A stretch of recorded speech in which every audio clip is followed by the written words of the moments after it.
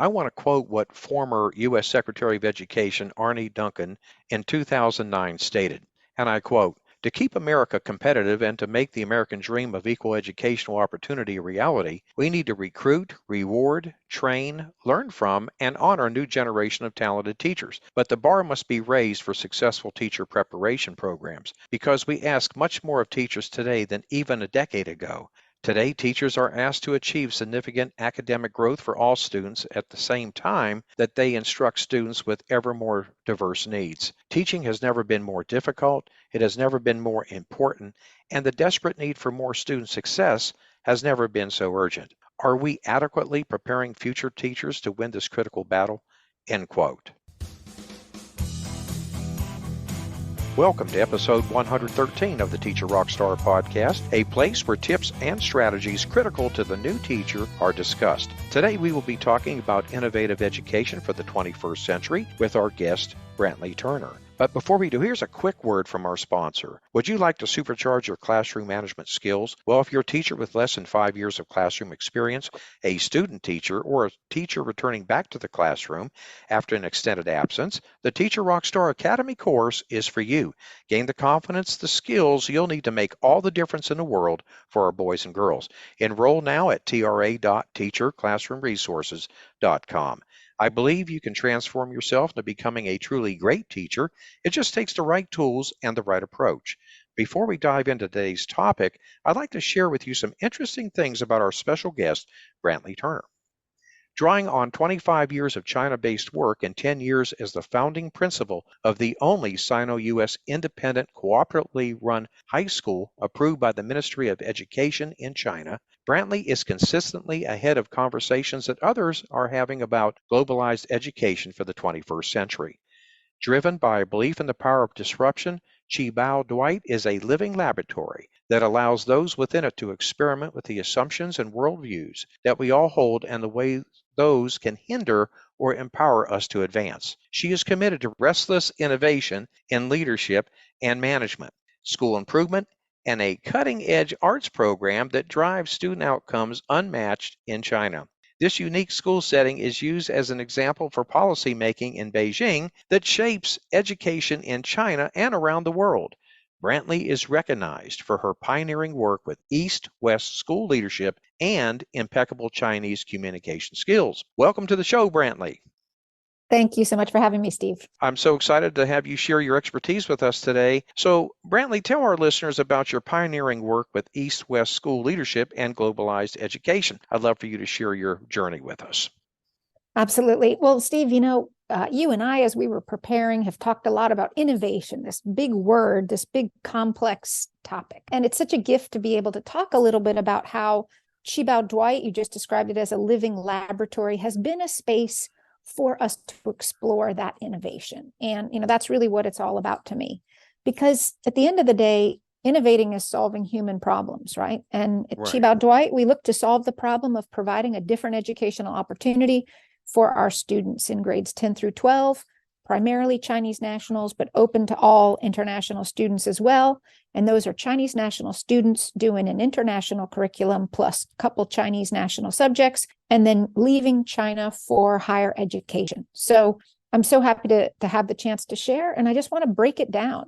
At the end of the day, Schembari Dwight, where we've been successful is just quite simply looking at things from a different angle. And I think that's really the core of what innovation is all about to me, right? It's solving those human problems, looking at things from a different angle. And hopefully the outcome for our students is that they're just leaving school more curious than they were when they entered. Absolutely. That's excellent there. But now, could you explain, Brantley, the term innovative education? I know you touched on it, but what does innovation or innovative education actually look like? Well, I'm so tired of the term in a way, right? It's we hear it so often and you wonder, is this kind of just an empty signifier that just says something and everybody has a different interpretation of? And I think too often innovation focuses on what each individual teacher might be doing in their classroom with innovative practices in technology or different approaches to their day-to-day.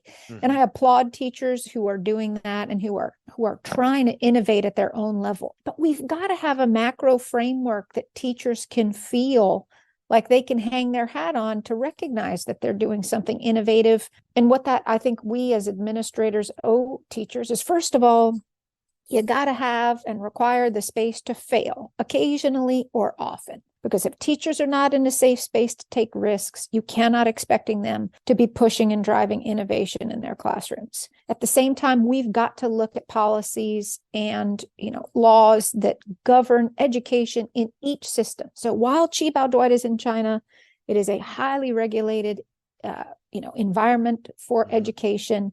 And some listeners may feel like, well, goodness, I can't apply anything that she's been doing back to my own situation here in the United States. But the point is, yes, read policy, understand it, look for the gray area, understand where you've got space to move. I mean, that's really what we did in getting Qibao started. We said, nobody's doing this yet, but there is a policy in place that we think we can take advantage of, and we can try to do this. And the rest of it was just reconciling ourselves to the fact that we may not get it done. And once we were comfortable with that, it was just, let's go. And I do think that the only lesson that I would hope to share is, all environments are high stakes. China and my environment in Shanghai was certainly very high stakes, with parents with high expectations and students with a lot of stress and pressure. But at the same time, just looking at how you as an educator, great educators, work within the parameters of their own school or school district reality and still nurture those innovative learning opportunities for their students by just trying something different. Right, absolutely. I'm sure there are so many challenges, faced by our teachers nowadays. What do you feel, Brantley, are some of the challenges faced by 21st century teaching? I mean, is it the technology in and of itself? Yeah, I mean, is it our mindset here? Is it policymaker? What's your take on that? When I think about the challenge of the global challenge and also a challenge that we face daily in our classrooms, we start with character. We start with thinking about that how our students, how our colleagues, how those around us, how our districts, how our local government, how our national government is going to respond to a fast changing and uncertain world. And it requires a level of tenacity, resolve, and real focus on not only what is the character of your school, what is the character daily in your classroom. And I know that some people may be thinking, well, goodness, I mean, how is character connected to what you're talking about with innovation? But right, it starts with that nurturing. It starts with our fundamental task as teachers, which is we can't teach an innovative mindset. We cannot tell our students a definition of innovation and tell them to go out and do that and go out and make change and contribute responsibly. But we can nurture it. And we nurture it by starting with those expectations around character in our classroom. And, again, we could bridge into global citizenship and global ethics and how challenges facing us in the United States are global challenges. But I think that, that would be my answer, kind of coming at it from the other side, which is to say it starts with people. It starts with character, and at the end of the day, it starts with empathy and care for others. Okay, that is great. Can you tell us, how can teachers create now a 21st century learning environment that is truly meaningful? That's the key. How can they do this now? And if I was a new teacher coming on board, and I'm thinking to myself, okay, I mean, this is really cool. How do I do this? What would be your answer to them?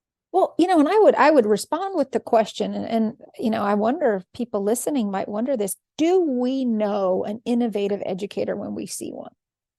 How do we know? I think that Right, probably not. Yeah. And I feel that. I mean, I'm not sure that I would wear the hat of innovative principal. In fact, I would find it kind of funny to think of myself that way. But what I do think about, and I wish for each teacher to be able to embrace, is number one, right? All teachers from all subject areas at all different levels of teaching, whether that's pre-K to higher ed, really are on an artistic journey. And one of the reasons that I think it talked about the kind of cutting edge arts program, which we've done in China, which is really just more about making space for ideas that need to be shared, and they have a safe space in which to do that. I would say that's what's innovative about our art program. But I really think about each teacher's journey in the profession as an artistic journey towards seeking fulfillment and job satisfaction. And we, as leaders in schools, must approach each individual faculty member's journey as part of serving the school in a holistic way and growing that trust and ensuring that we don't betray our teachers in terms of, the institution betraying them, and that we can sort of help each teacher with that journey. And so I would say to teachers, don't give yourself the pressure of having to think about, well, goodness, should I label this innovative or not? But if you start by looking at the arc of your own journey as this kind of innovative process, I think you start to bring in that spirit of, I'm going to try difficult things that make me uncomfortable as a teacher. I'm going to have a conversation about something that I've seen that doesn't sit well with me and that I want to explore further. And I'm going to listen to the ideas of others that I also may not be comfortable with.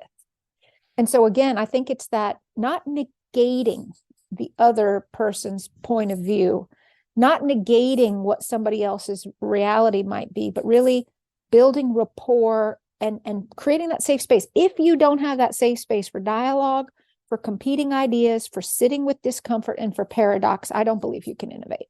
Right. And one thing I think about too, the teacher obviously has to have admin support. In other words, the freedom for their students to fail. So much is rested on test scores. And I think a kid is more than just a test score. I think that's what a lot of teachers probably run into is admin support. What's your feelings on that? Well, for sure. And frankly, like that whole yardstick to which you're referring, I mean, if somebody were to put a yardstick up against what we've done at school, frankly, that's an assessment that I would feel pretty uncomfortable with, because how in the world do we kind of measure that innovation? And so I think if we look at ourselves through an assessment lens, we start to think about how challenging that is for students. So just thinking about some different curricula, I've taught in the International Baccalaureate and I ran an IB World School. So I'm coming from that context, and many in the United States are not, but I've done AP, Advanced Placement College Board curriculum. I've run an A-level program, which is Cambridge UK curriculum. I've worked in Chinese national schools. So I've had a real experience of what one would find more in the international curriculum landscape. And the only thing I have to say about assessment is during the pandemic, when those exams could not go forward, and Cambridge curriculum pivoted to a portfolio of evidence where evidence was being gathered by teachers and shared as evidence of the student work. And the IB pivoted away from the exams that are sat each spring and each November globally. And they went to an internal assessment where the written work, 6 to 12 page essays in most subjects, were then externally assessed.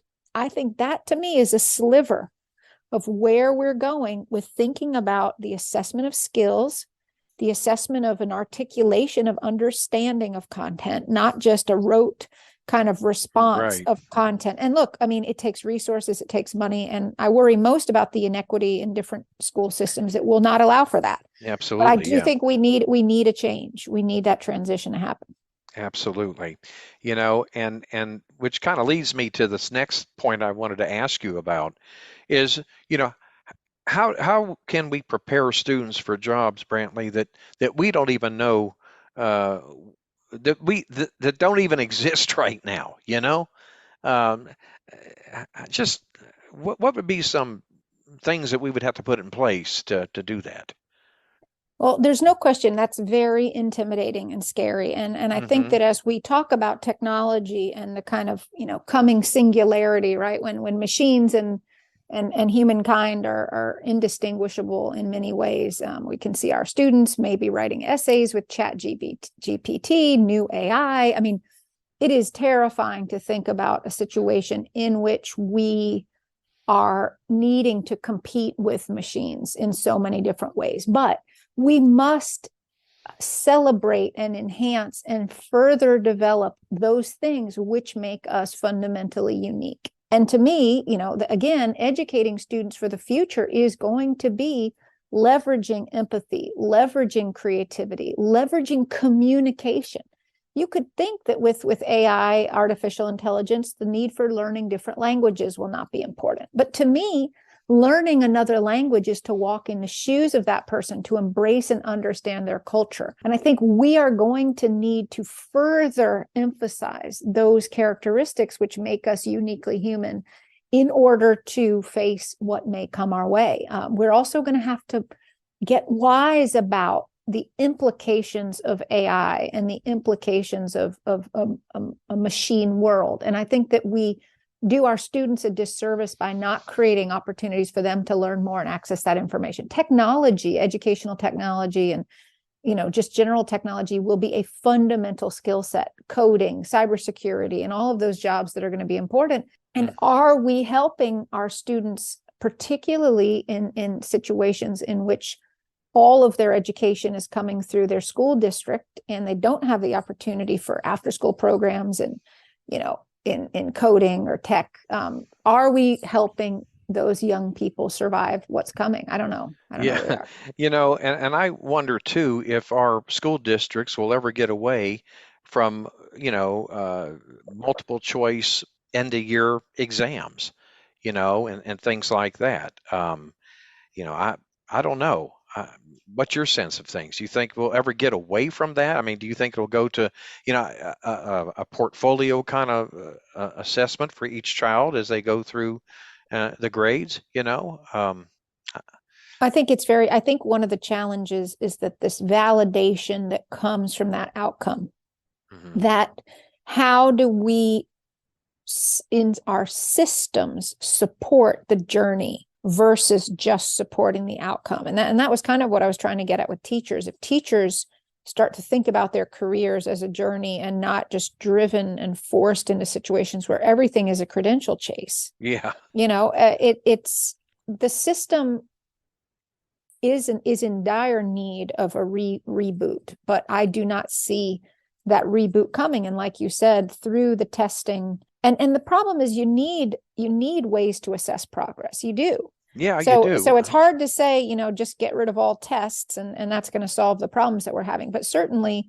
the world of content driven learning is failing us because we've got content at our fingertips. Right, right. And I'm thinking a lot of the multiple choice, it's kind of like rote Mhm. memory. What about the child that is not good at that sort of thing? And that's why I always thought like a portfolio-based kind of assessment strategy would probably be better. Now, again, resources, time, and all this other good stuff. I know that has to be addressed as well. Brantley, let me ask you something. What would be your biggest takeaway that you would want every teacher to know when creating a culture of 21st century learning? Now, you alluded to a lot of it, but is there any additional thing you might like to add? I think just what I would say is teachers are so incredibly important. And I know leaving the profession in many different arena. And I would say, if anything to promote the 21st century mindset of teachers is how absolutely desperately the profession needs them. And that we should encourage so many more to enter the teaching profession, to understand the craft of teaching. And, I think that again, there is no 21st century learning without teachers and educators in the classroom. So as an administrator, again, using my administrator lens, it is that teaching group is my team and I must nurture them and support them and guide them as much as they are nurturing and supporting and guiding students in their classrooms. So I would just say 21st century is a topic that is moot if we do not do a better job of supporting teachers and celebrating them in the profession. And that to me is the great crisis. All right, absolutely. Uh, Brantley, where can our listeners go to learn more about you? Do you have a So I don't website or? So basically the best is LinkedIn, Brantley Turner on LinkedIn, just because I was in China for so long, although I am back in New York now. And Uh-huh. so I don't have quite as much social media as maybe some other folks do, given that firewall that I was behind for a long time. So Yeah. LinkedIn, and of course, if anybody sends me a messages or connects there, I will certainly stay in touch. Okay. All right. Well, Brantley, I want to thank you so much for sharing your expertise with us today. I really look forward to having you back on a show again. There's so much that we could talk about this. We could probably talk for hours, huh? You know? No, I really appreciate it, Steve. It's such a pleasure, and I hope that some of the teachers, I know you have a lot of teachers that are new to the profession listening, and Hmm. I hope, if anything, that they feel celebrated for what they're doing each day, and definitely applauded by me. All right. Well, great. We'll talk to you soon, Brantley, and thank you again so much. All right, take care, Steve. Uh-huh. Well, we have come to the end of today's episode. Thank you for listening to the Teacher Rockstar podcast. I'm your host, Steve Hiles, and we hope you got some golden nuggets about innovative education for the 21st century that will give you pause to think about the future needs of your students going forward. When you get a moment, visit my blog and subscribe to my newsletter for the latest educational research, best practices, and unadvertised free bonuses. Go to blog.teacherclassroomresources.com. And don't forget to subscribe to us at the Teacher Rockstar podcast. And if you'd like to support us, please feel free to share our podcast with others, post about it on social media, and leave a rating and review. That would be greatly appreciated as always. Thanks again, and we'll see you same time, same place. And remember, my friend, you got this.